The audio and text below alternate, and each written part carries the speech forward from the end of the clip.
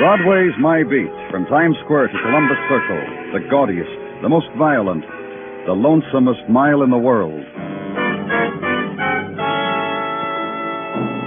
Broadway's My Beat, with Larry Thor as Detective Danny Clover.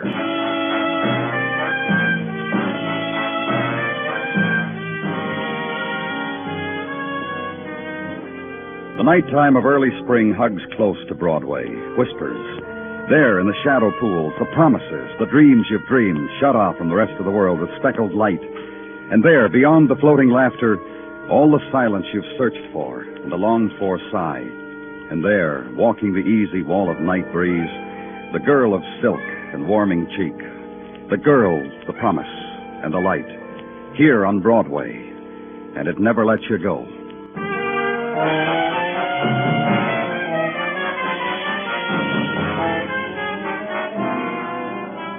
And off Broadway now, police hospital, tax-supported room for emergency pain, enamel, polish, and gleam. And Dr. Sinsky. Hold still for a minute, will you? Stop moving around so much. The man, wounded man, unhappy. Just take it easy, Doc, will you? Just a nick, the knife. A nick with 8 stitches? That makes it a slice. Which is medical talk for what happened to your arm from here to here. All right, you can talk to him for a minute, Danny. I want to check your address, Mr. Stewart. What for? 1212 8th Street, is that right? Yeah. You guys have been real... Doctor. You'd better sit back down, Mr. Stewart. You've lost too much blood. You'll stay here at the hospital tonight. No. You'll stay, Mr. Stewart. I'll take care of him, Dan. Just one more thing. You feel like changing your story? I was waiting for the express train in the subway. Yeah, I know. And someone came up and stabbed you. And I don't know who he was. You don't have any idea why it happened. And I don't have any... Good night. Me stabbed like this, Doc. You'd think he'd believe a wounded man like me, wouldn't you? Lie down. And leave. Leave the protestings of a wounded man against official concern for his life. Walk out of a cone of sallow light that held a secret violence, and through hospital corridor. And the sounds of night pain hushed, muted. And into street, and for a while walk against the surge of a city's nighttime, brush against a woman's laughter, and it drifts through the spring. Turn a corner, and your street, your room, your rectangle of night and of sleep. In the morning, headquarters, and the things of the morning, the coffee, the cigarette, the Sergeant Tartaglia. Enjoy, Danny.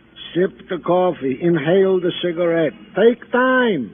Enjoy. Well, thanks, Gino. After all, what rule says a man must rush pell-mell into the pace that kills without he first should settle his stomach?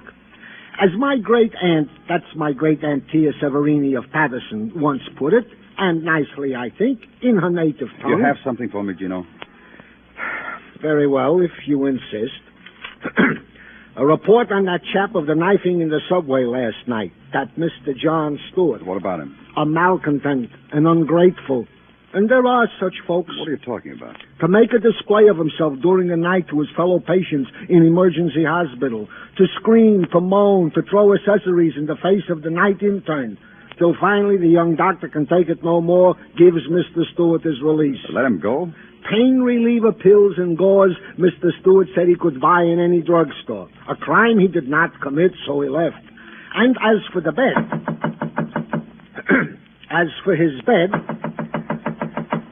His word to the city was... Just see who it is, huh, Gino? Very well. Yes, what? What is it you wish, madam? They said I was to see a Lieutenant Clover. They said if it had anything to do with John Stewart, I was to talk... I'm Danny Clover. Please come in. That'll be all, Sergeant. Here, take this chair. Thank you. It's just that I've come for John and whatever things I must do. Mr. Stewart's a friend of yours? My brother-in-law. I'm Leona Stewart. This morning I read of the terrible thing that happened to John, and I just want to take him home. Care for him. Protect him. Protect him? John has enemies, people who want to kill him, and in my home I'll be with him and let no one harm him. What people want to kill him, Mrs. Stewart? Well, I really don't know what people. John just says there's someone who'll kill him, but he won't tell me who. He says it will sadden me more, and I shouldn't be saddened anymore. May I please go to him, take him home? I'll give him the best of care. He's gone. What? He was hurt. Where would he go? I don't know. He got out of the hospital last night. He didn't want what we were doing for him. Oh, that's John. That's John, all right. He can't stand to have people fuss over him, but he needs it. Do you know where I could find him, Mrs. Stewart? Mrs. Stewart? Oh, at work. John would go to work, I think, just to prove something to the world after his terrible ordeal. That's John, too. Where does he work? A place of buttons and ribbons and novelties for women, for children. A wholesale place. Globe on West 12th. John's always sneaking little things to give me, to make me laugh. Please find him. I don't want him dead, whatever anyone else wants. We'll do everything we can, Mrs. Stewart. Thank you. That's kind. Goodbye, Mr. Clover. Watch her get up and leave. Tall woman and angular. A small black straw hat with linen flowers, faded. Gray dress designed for modesty. And women against whom 50 years had conspired. Slow walk to door. The adjustments, straw hat, linen flowers, and dress. Be neat. The world's out there. And neatness is all you have left to show. And sit with it for a while and consider. Man, John Stewart, slashed in a subway by unknown assailant. And he has enemies, a woman had just said, who want to kill him. What enemies, she doesn't know. Suppose this question to yourself. A man, an ordinary man, seemingly, dealer in ribbons and compacts and shoe trees. What had he done that demanded revenge, if anything? So find out. Go to his place of business, Globe Notions and Novelties. Storefront painted with a planet that had a face which smiled and was tied round with a belt with an initial buckle. Go in. And the man who stood at the back of the merchandise tables and smiled at you was not Mr. Stewart. My name's Roberts. How are you? Fine. I'm looking for John Stewart, Mr. Roberts. Captain John stepped out a few days ago, hasn't been back. Something I can do for you? I'm from the police. Something I can do for you? It seems like Mr. Stewart got into a little... I asked you a question. Mr. Stewart is your partner, is that right? Since 7 years. That answers... Is Mr. Stewart in the habit of stepping out a few days at a time? No. How come it happened this time? I don't know. John said I'll be seeing you. I take his word for it. And this sort of thing's never happened before. When did I say that? You said You that... asked whether it was a habit once before, and this time doesn't make it a habit. Now, does it? Does it? The last time. The last time was a month ago, when his brother died. He took off to care for the funeral arrangements, to grieve, to give solace to his brother's widow. His brother's widow, Leona Stewart? That's right, his sister-in-law, Leona. How did John Stewart's brother die? Took sick. Never got well. Mr. Roberts, do you know anybody who would want to do away with your partner? Do away with him? Kill him. Question I can't answer. You? Huh? I never got that jealous of his matchbox collection or his seashells. Anything else you want to know? No. That's a good answer. Goodbye.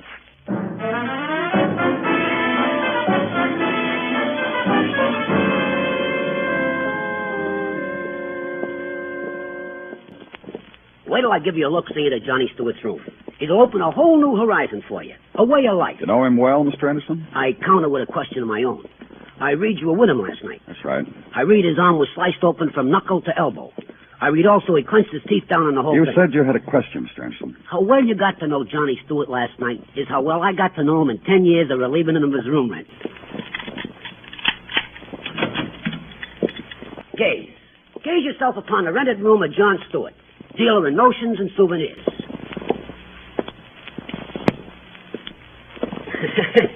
Messy, ain't it? Uh-huh. You have any idea where Stewart might be? If I told you he was probably out collecting things to add to the collection of junk he's already got, I would probably be 100% right. Well, thanks a lot, Mr. Anderson. Hey, don't go. I got to show you a few things. Like this. These cardboard boxes full of match covers. Collector's items, huh? For a grown man, huh? Look, Mr. Anderson. Wait. Over here. Laid out on a bureau and not to be touched by a cleaning woman's hands or mine or yours. Maybe 3 pounds of seashells. Laid out. Very neat, huh? You get a big kick out of John Stewart's life, don't you, Mr. Anderson? What's more, I don't often get the chance to share it with anyone. Wait. You ain't seen. You know what's in here? Rocks. Rocks like kids throw at each other. Like things crawl under. And in this box, broken glass. I peeked yesterday when he wasn't here. A collector of broken pieces of glass. A man. And here, this sack in the corner. Guess what's in? Dirt. A sack of dirt. For flowers? For what? Dirty trailed all over my steps. Dirty stashes You through, Mr. Anderson? Yeah. Oh, with one exception. You find Stewart, suggest he lives someplace else. Or die someplace else. Either one.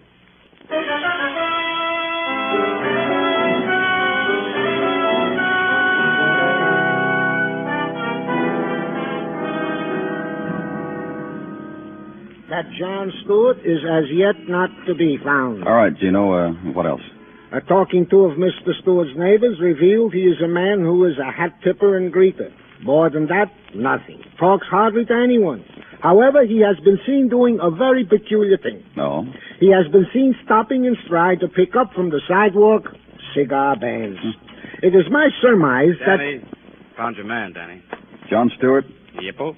John Stewart. Where is he? Queensbridge. Huh? Being photographed. On his face. How did... With a knife, Danny.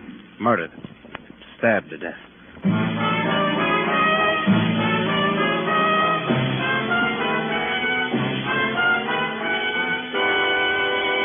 You are listening to Broadway's My Beat, written by Morton Fine and David Friedkin, and starring Larry Thor as Detective Danny Clover.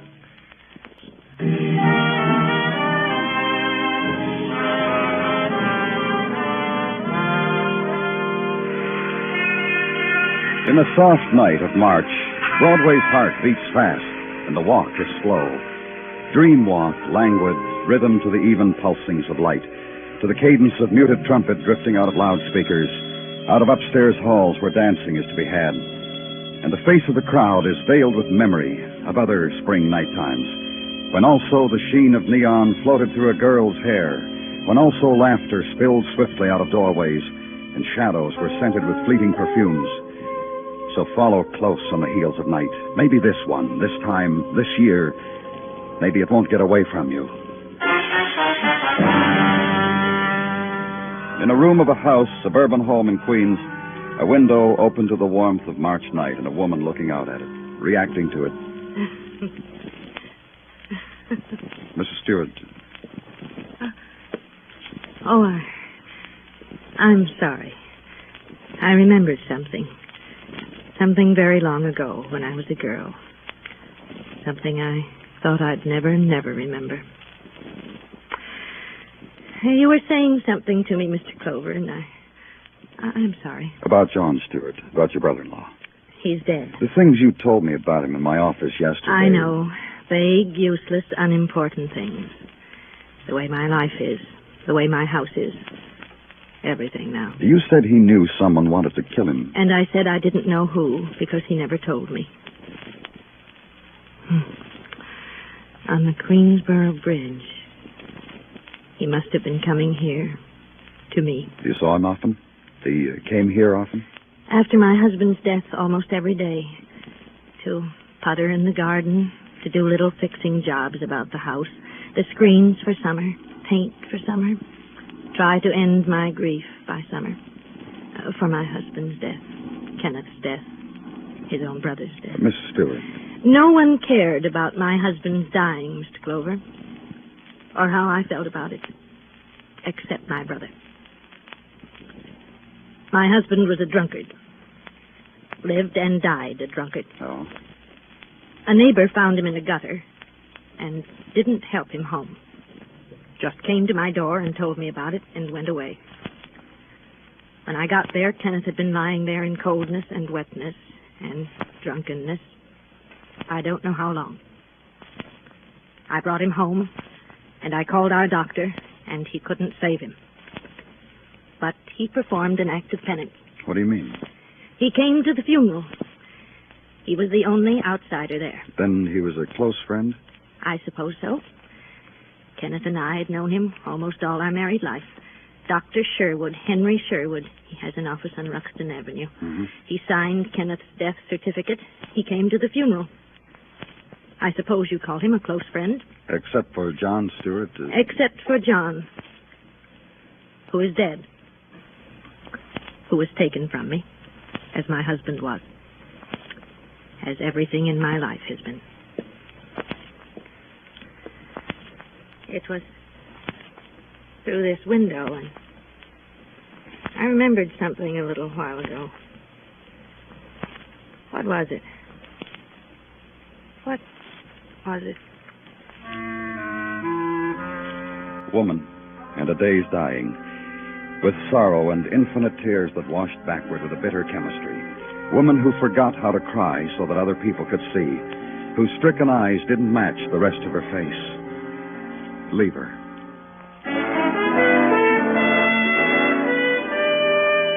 Street and home and sleep.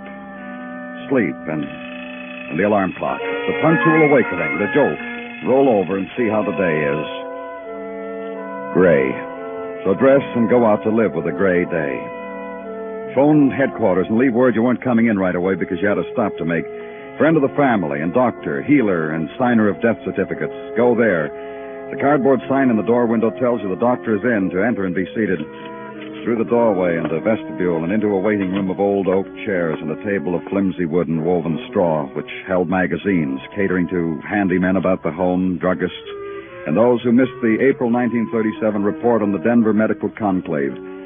Also to be noted, large painting of a tiger and an autographed photograph of one Dr. Buford Cosgrove in memory of the Medical Conclave, Denver, April 1937. And later, a door opens at one end of the room, and a man with a pink face beckons. In my office, please. Sit down, please. What seems to be your trouble? I'm not here as a patient, Dr. Sherwood. I see. Who sent you to see me? I'm from the police. My diploma's on the wall, sir. If you'll be kind enough. Thank you. I always ask to see the badge. Always, huh? The police drop in here often? What do you want? Information about a man named Kenneth Stewart, a patient of yours. Who died? Information about him. Gladly. An alcoholic. He died from alcoholism? You might say that. 6 months ago, he contracted low-bound pneumonia while out on a drunk. He was cured. Close, but a cure. I won. And last month? Precisely the same thing. Pneumonia, same type. I lost. Kenneth Stewart died. You'd been his physician for quite a time, I understand. I need to know something about him. An alcoholic. I'm no psychologist. He drank. I have no idea why. I couldn't get him to go to a sanitarium. I lost there, too. Were you his brother John's doctor, too? No. However, that man was in a couple of days ago. He asked me how his brother Kenneth had died. I told him the same thing I'm telling you, pneumonia. He threw a handful of dirt at me. What? He had a brown paper bag of dirt in his pocket. He threw a handful at me. If you were me, you wouldn't look like that, sir. Dirt in a brown paper bag is fairly mild for some of the neuroses that I... Anything else you can tell me, Doctor? Not a thing. Now, you'll excuse me, won't you?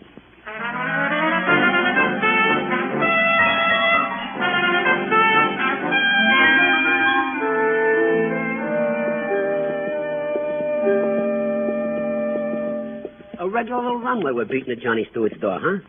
He never had this much traffic in all the years. Man, girl, a dog. You'll just unlock the door for me, Anderson. I'll do more than that for you. I'll stick around because it's my rooming house, and I got an itch to know what goes on in my house. See? It hasn't changed. Hasn't been touched. I could have sold tickets, but I got a respect for the dead. Hey. Don't let it eat you, Anderson. Well, you got a yen for a brown paper sack of dirt. It don't bother me hardly at all. You going to take it out of here? Uh-huh. Yeah, it makes it more sanitary that way. Anything else you want? Or This need? box with the broken glass. I'll close my eyes. Won't let out a peep. You got a pocket for the seashells? They'll hardly take up any space at all. Yeah, you looking for somebody, mister? Mr. John Stewart. Is he here? He's dead, that's where he is. Cold stone dead someplace else. You don't read, mister? Oh, I didn't know. What do you want with Stewart? Look here, I don't I'm want from the police. What do you want with Stewart? Well, only to give him this envelope. I'm sorry, I didn't know he was dead. Let me have it. Thanks. It probably won't do you any good to read it. It's all very technical. Chemical symbols, aren't they? Yes, but of course. You see, Mr. Stewart brought in a little sample of earth the other day. You're a chemist? Oh, no. Oh, my, no. I have a little garden supply shop down the street, and Mr. Stewart came in and gave me some earth out of a brown paper bag, like you have in your hands, and he said he was doing some gardening, and would I analyze the sample of soil he had, whether it was acid and all, and I said I'd have to send it out, and it'd take a day or so. Yeah, thanks. Thanks very much. You too, Anderson.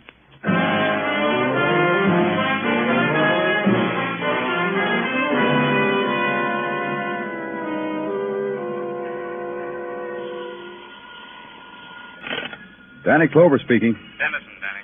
Yeah? I'm down here in technical. You want the quantitative on these samples? Huh? You want to know how much of what are in the samples or just what are in them? Just what are in them? Well, here's what you want to know then. Dirt scrapings and the bits of broken glass you sent down here have the identical chemical composition on that report. You mean the gardener's report? Yeah, that's right. Also, the broken glass is the type used for whiskey bottles. You didn't want me to try to piece together the fragments of glass, did you? No. Anything else? Yeah, get up here.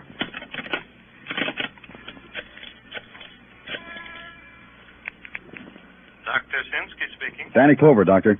Can I see you in my office for a minute? Sure, Danny, sure. I'll be right up.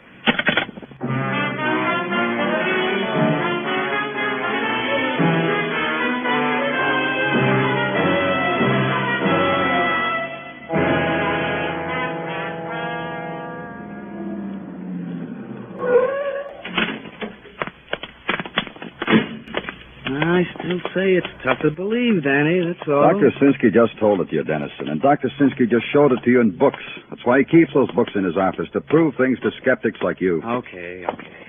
Ring the bell.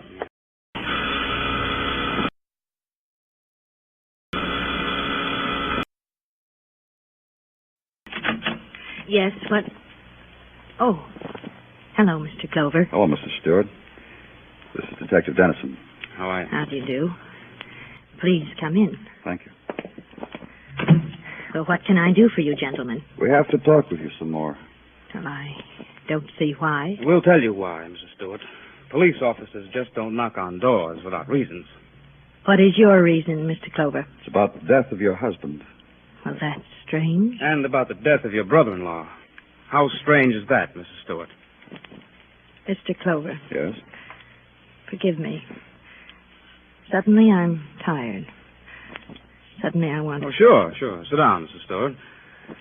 I don't like your friend, Mr. Clover. Oh, yeah, I'm not very popular. Something I've always carried around with me.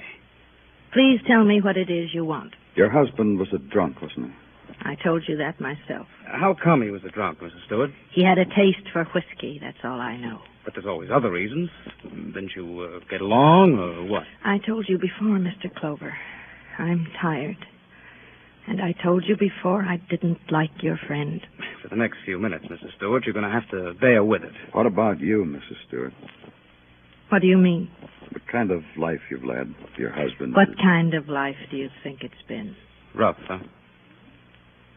Now will you tell me, Mr. Clover, just what you came for? You murdered your husband, didn't you? Listen, Yes? I have pictures of myself when I was young.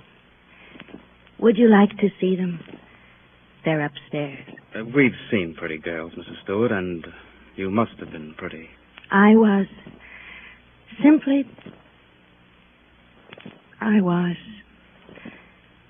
considered very pretty. That's what I meant when I asked you what your life has been. The night before Yes? I made up my mind. To kill your husband? Yes. I lay there and I thought about how my life has been. With him lying there. With the reek. And that was my life. So you poisoned him, huh? In the booze? Yes. Mrs. Stewart, a little while ago we found out from our police physician that the gross symptoms of the poison you used and pneumonia are the same. How did you know that? It's irony, isn't it? Yeah, but how did you know it?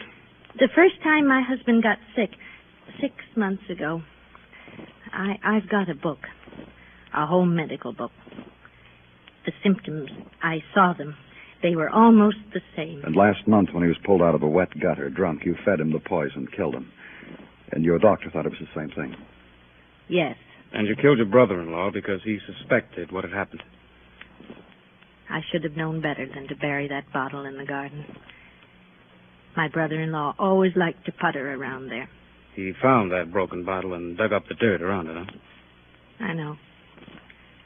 He came into my house and looked at me. Then he threw a handful of dirt in my face. Then he told me. I tried to kill him in the subway. We'd better get going, Mrs. Stewart. If only he hadn't found out. It would have been all right. Then the neighbors would have come and sat with me and talked with me and not been embarrassed because I had a drunken husband. Get her coat, Dennison. Yeah. He was better off dead. And so was I. I'm 51 years old. It had to stop sometime, the life I had. Someone had to stop it. So I did. Here, I brought your scarf, too, Mrs. Stewart. It's cold outside.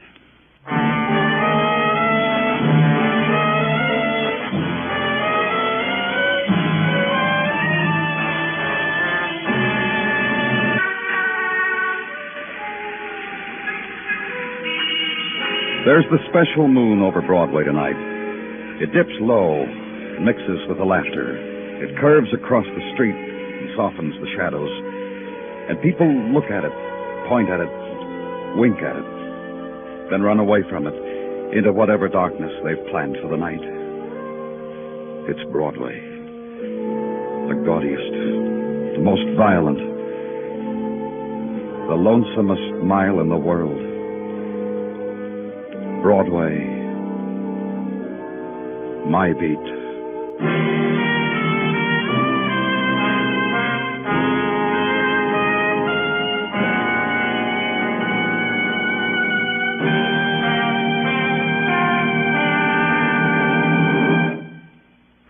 Broadway's My Beat stars Larry Thor as Detective Danny Clover, with Charles Calvert as Tartaglia and Jack Crucian as Muggavan. The program is produced and directed by Elliott Lewis, with musical score composed and conducted by Alexander Courage. In tonight's story, Paula Winslow was heard as Leona. Featured in the cast were James McCallion, Lou Merrill, Herb Butterfield, Billy Hallop, and Steve Roberts. Bill Anders speaking.